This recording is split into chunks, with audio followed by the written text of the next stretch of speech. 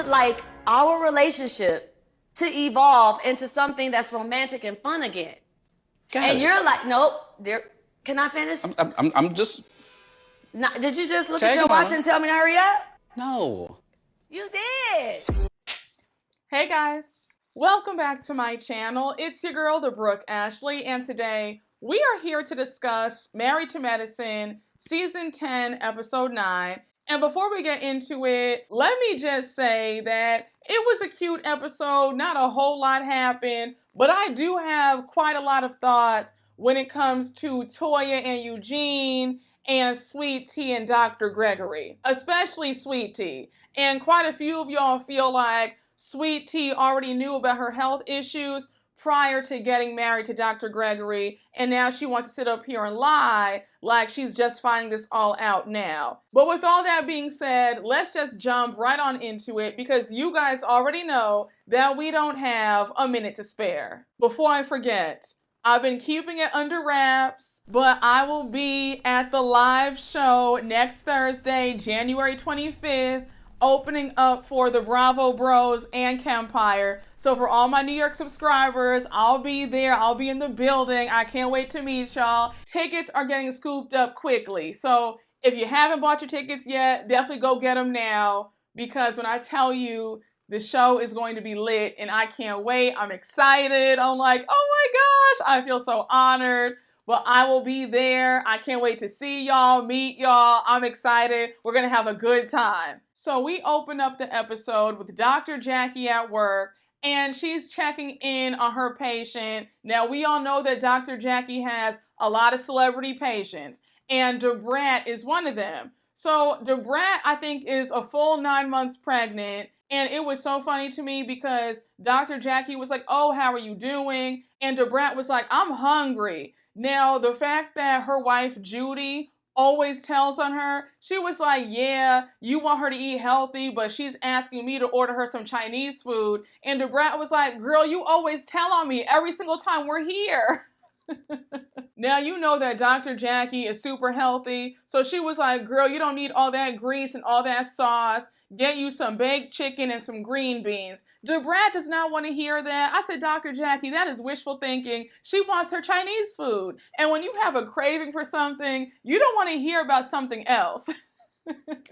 Now, did anybody else find it ironic when Dr. Jackie was saying that her aim as a doctor is to empower her patients and to encourage them to ask questions if something doesn't feel right or seem right? I said, now, Dr. Jack, you don't do that because you just got caught a few weeks ago for your comments a few years ago when you were saying that black women cry wolf and are too dramatic. So now it's you empower people and you tell them to ask questions. The way Dr. Jackie is going to have a lot of explaining to do at this reunion, because I can see it now. The questions that are about to flood in for her comments that she made. So now we jump on over to Toya and Eugene. They're at home making dinner. The boys are out at the movies. And Toya says, well, the boys are out. We should be out on a date night. And Eugene says, well, this is a date night because we're cooking at home, having some wine. And Toya says, no, this isn't a date. A date is when we go out and have some fun. It's not this. We do this all the time. Now, I noticed that on social media,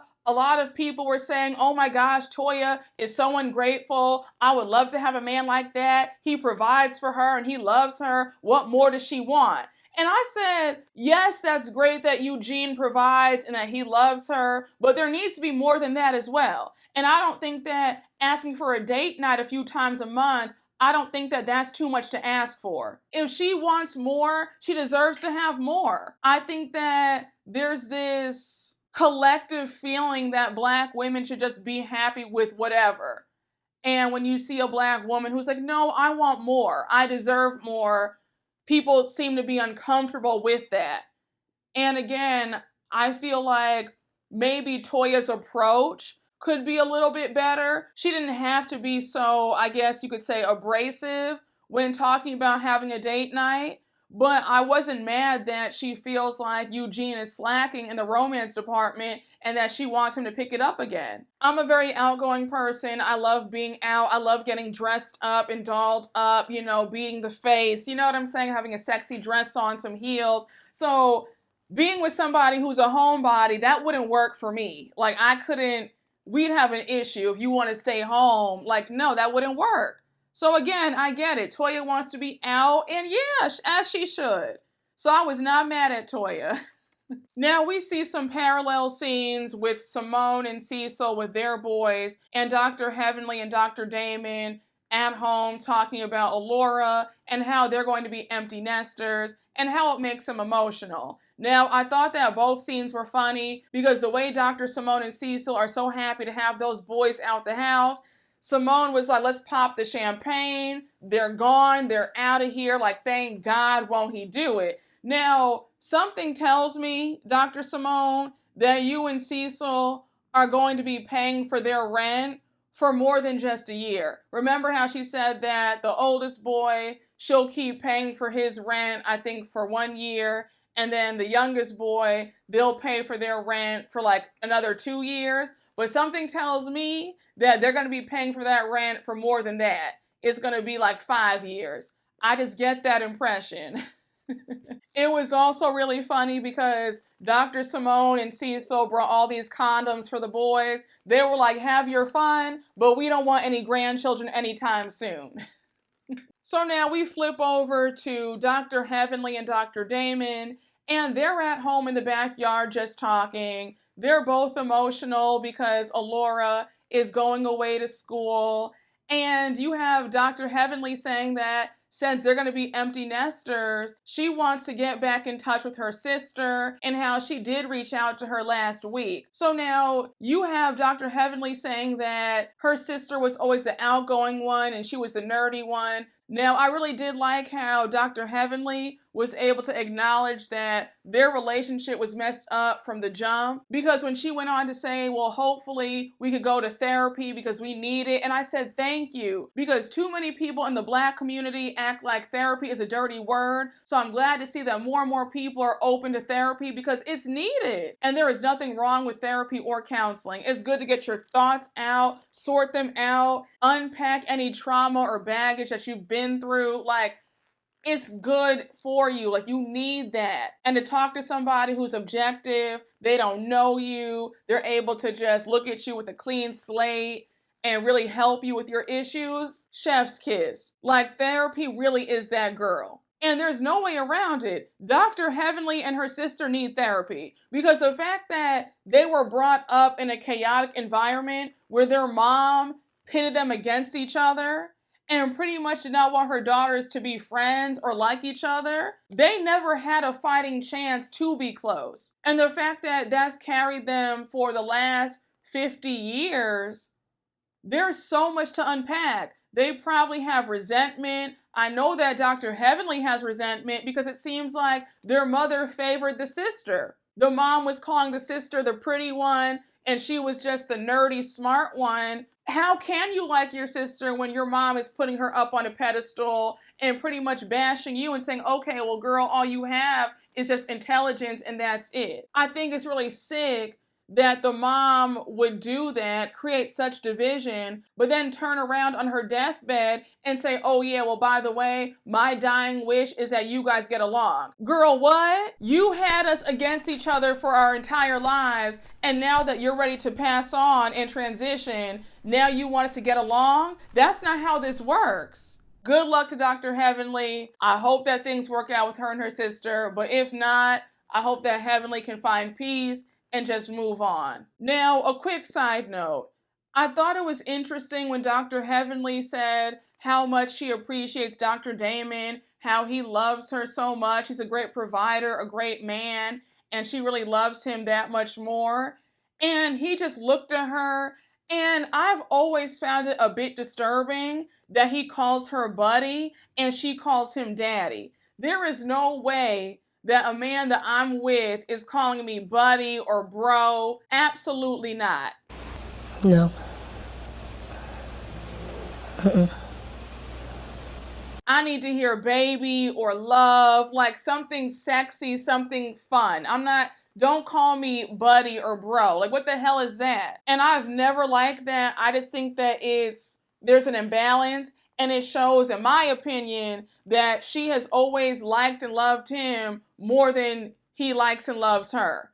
Because again, I've never heard a man in love and infatuated with you calling you buddy or bro. I think that once a man starts calling you one of those things, it's time to say, shout out to everybody, I have fun. Oh! Shout out to everybody, I have fun. I gotta be good. I have always had thoughts about why Dr. Heavenly is so tight-lipped about her marriage, but yet wants to talk about everybody else's marriage, because I have always suspected that everything might not be as perfect as she claims. And the way she acts about other women and always calling them hoes and saying, don't be around my man, I'll fight or I'll cut a bitch over daddy, like don't play with me. That kind of behavior when women fight over men is usually the man is no good and he's cheating. And another thing, why are you as a woman, why are you fighting over a man? You do know you can get another man, right? Like, I will never understand that mentality, ever. It just shows low self-worth, in my opinion, low self-esteem, and in your heart, you think that you can't do better or you can't get somebody else. Because when you know that you're that girl, you would never fight over a man. Because why? There are so many men, and you're fighting over this one raggedy man? Like, what's going on? And if you fight over men, you better stop it. And yes, I'm talking to you. And I don't care if you get mad at me in the comments. We can tussle down below. I don't care. I'm ready. But I still love you, though. Just stop fighting over men. So now we jump over to Fedra and Dr. Alicia meeting up for lunch. So Dr. Alicia's asking Fedra, what did she think about the Napa trip? Did she have fun? And Phaedra says that once Quad left the trip, she felt like a weight had been lifted and they could finally have some fun. I said, my, how things change, because earlier this season, Quad and Phaedra were like this. So anyhow, Phaedra goes on to say that she was really upset to hear how Quad was talking badly about her to Dr. Heavenly, and how she had had Quad's back for quite some time. So to find out that Quad was bad-mouthing her, it feels like a betrayal. My thing is this, y'all kicked Quad off the trip, you kicked her off the show, so why are you guys still talking about her? Why?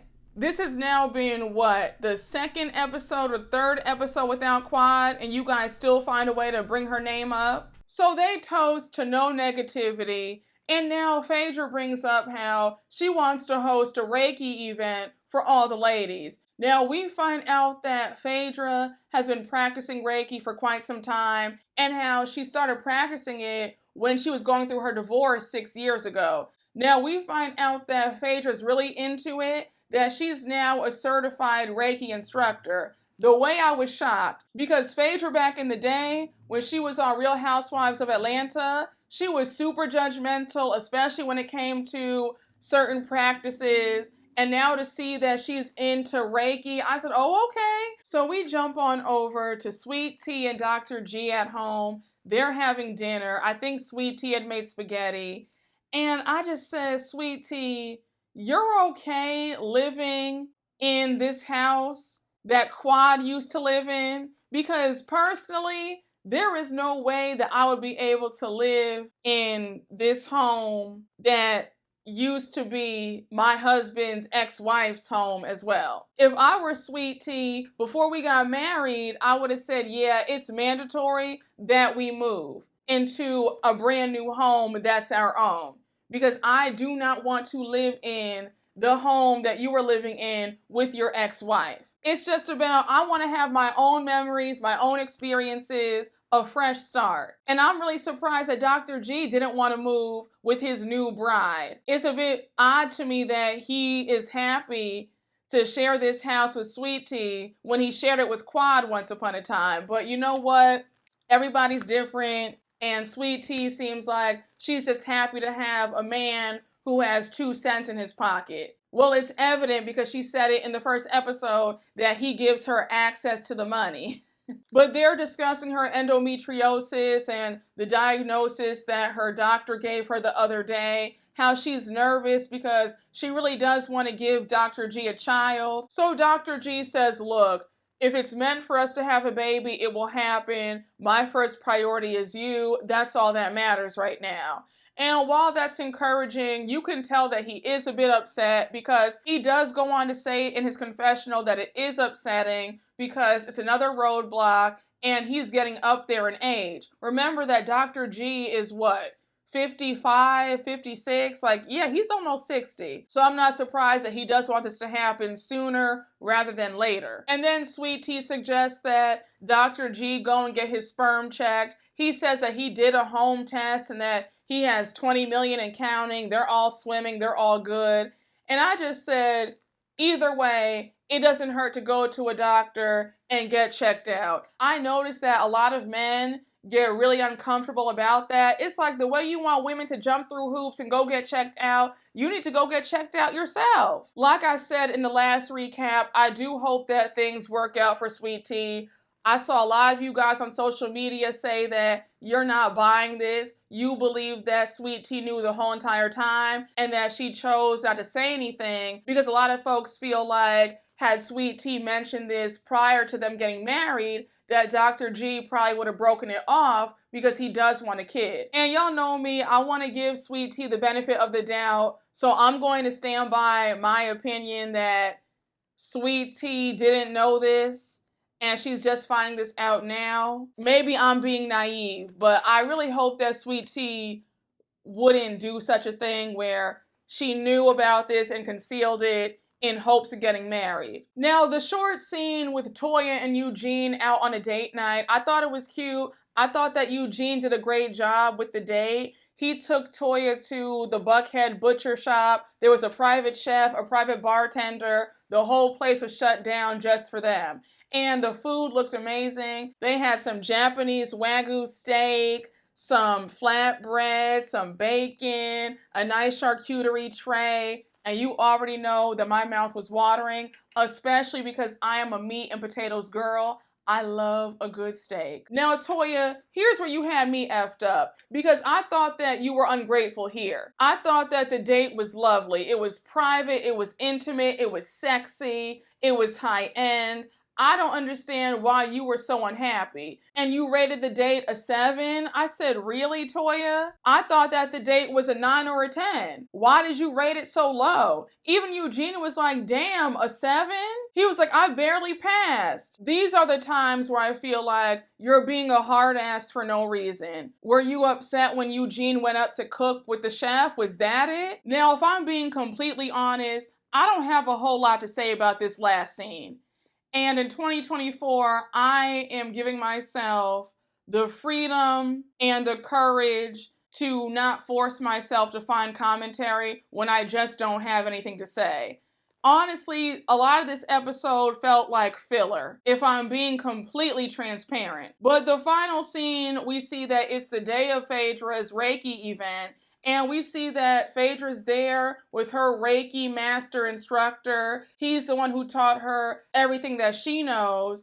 And Fedra says that she wants him to be there with her for her session with the girls. Now, everybody shows up. And Dr. Heavenly had me screaming. She was like, now, I don't know about all this Reiki stuff, but I'm going to support it because it is Fedra. But I do believe in Jesus Christ. Like, I plead the blood of Jesus. Now, mind you, Fedra's Reiki master is also a shaman. And then we find out that he's an ordained minister too. I said, okay, so he does it all. So he can give you some energy healing and also plead the blood of Jesus as well. Dr. Simone and Dr. Heavenly were hitting on him so much. You had Dr. Simone at one point get up and touch his arm to see his tattoos. Then you had Dr. Heavenly asking, oh, can he do me next? And Dr. Simone was like, oh no, he can't do you because he's doing me. I said, well, damn. But we have Sweet Tea saying that she went to a Reiki instructor some years ago, and this woman could also tell the future. And she told her that she would get married some years out but he would be well off because she likes them with money. And I said, I mean, girl, I guess. The fact that Dr. G gives you access to his accounts every now and again, that really has you geeked, doesn't it? I don't know. Dr. G has always struck me as controlling, and he's a bit tight with the purse strings. Hence why you're still living in a house that he was in with his ex-wife. But again, I digress. To hear Sweet Tea tell it, you would swear that she won a prize. I mean, I guess some people are content with those little prizes at the bottom of a Cracker Jack box, but... And it's no shade, but I'm just like, to hear Sweet Tea tell it, you would think that she hooked a billionaire. She landed an old thousandaire and swears that she did something. But girl, if you like it, then who are we to judge?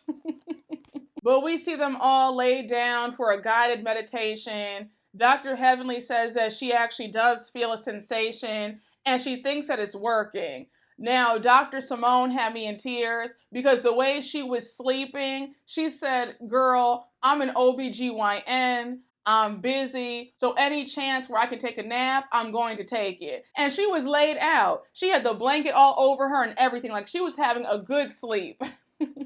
So now the meditation is over, and Fedra wants to know if anybody is interested in getting some individual Reiki. So Dr. Heavenly actually does volunteer, and everybody else goes outside to chat. So we see Sweet Tea telling all the ladies what she found out at the specialist office about the cysts that they found. And Dr. Jackie encourages her that they will take them out and she should be just fine. And then Dr. Simone suggests that Dr. G should see somebody to check his sperm count. Now, I thought it was funny when Sweet Tea went on to say that she's happy that her and the ladies are on a good path and how they've buried the hatchets and they're good. And I said, girl, are you sure? Because these Instagram lives that have been popping up recently between you and Dr. Heavenly, it's clear that things aren't good. And the way I cannot wait for this reunion. You claim that you have some tea on all the ladies. Dr. Heavenly claims that she has tea on you and how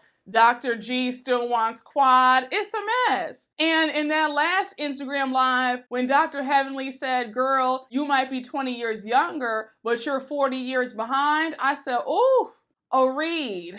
Just a hot mess. And like I said in my last recap, Sweet Tea, you brought a knife to a gunfight. Because one thing about it, Dr. Heavenly's mouth is reckless. And she takes no prisoners when she's arguing. So now we jump back over to Dr. Heavenly and Fedra, and Dr. Heavenly has just finished her individual Reiki session, and she really enjoyed it. So now she goes on to say that she felt a sensation in her chest, and Fedra says, yeah, it's probably your heart, because of all the issues that are going on with you and your sister. So Dr. Heavenly says that she's nervous because there's always some turmoil between her and her sister. That's not what she wants. And then she goes on to say that I have a beautiful life and I'm not trying to open up this can of worms. And I understand that. Because if you've gone this long without talking to each other, then it's like, well, what's the point in trying now? Especially when there's a good chance that we might not get along and I might be even more upset because it's like I could have left this alone. So I understand why she's so hesitant because they've never had a good relationship. So it's almost like, why should I start now? So Fedra's encouraging Heavenly to do better and just try. And then she goes on to say that Dr. Heavenly is a good person. She's just a hard shell. But we end the episode with Fedra and Dr. Heavenly coming out to join everybody. And Fedra says, thank you all for coming. I hope you guys felt something. Again, the episode was cute. Not a whole lot happened. It definitely gave filler. And I'm gonna need you guys to pick it back up because the first half of this season was exciting and I enjoyed it. And now the second half is kind of lagging. But guys, that was my recap. Thank you all so much for watching. I hope you all enjoyed. And you already know what to do. Please make sure to like, comment, and subscribe. And I will see you all later. And I hope to see all my New York subscribers out at the New York show next week. I'm going to be there with Kempire and the Bravo Bros. It's going to be a good time. And I will see you all next Thursday. Bye.